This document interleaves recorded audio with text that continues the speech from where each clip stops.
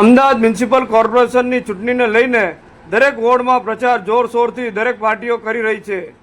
શેજપુર બોગા ward number 13માં કોંગ્રેસે દેવાંગ પ્રધાન, ભાવિક સોલંકી, છાયાબેન સોનવાણે તેમજ ચેતનાબેન રાઠોડને ટિકિટ આપી છે।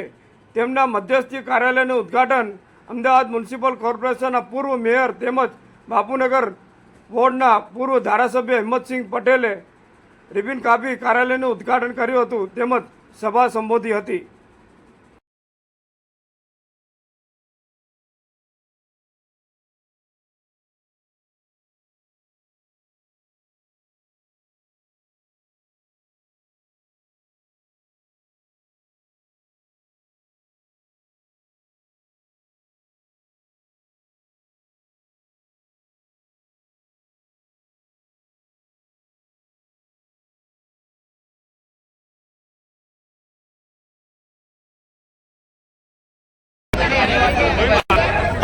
म्युनिसिपल स्कूल ने आधुनिक बनावવામાં આવશે।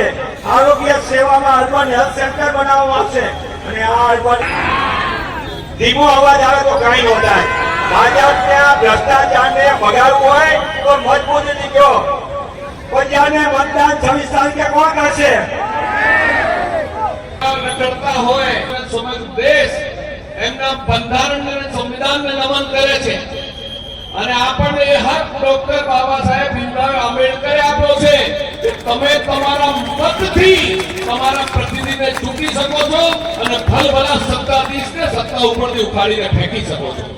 આ 5 વર્ષમાં તમારી પાસે એક જ દિવસ આવે છે, એ એક જ દિવસ તમારી પાસે તક મળે છે।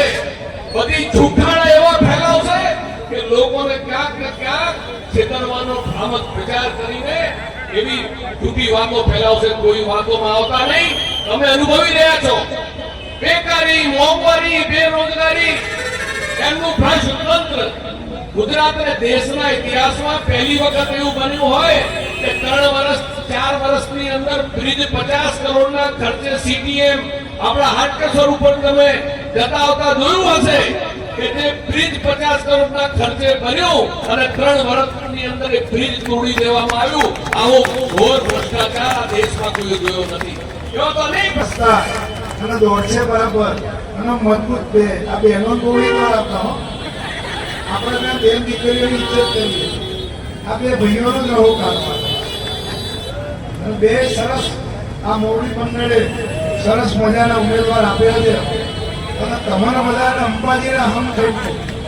એટલે આજે આ બધા તમે આ મધ્યસ્થ કાર્યાલયના ઉદઘાટનમાં આવ્યા છો, અંબાજીના હમ ખાધા છે અને તમારા બધાના આ ખુશખુશાલ ચહેરાના ભરોસે આ 4 ઉમેદવાર ચૂંટણી લડી રહ્યા છે।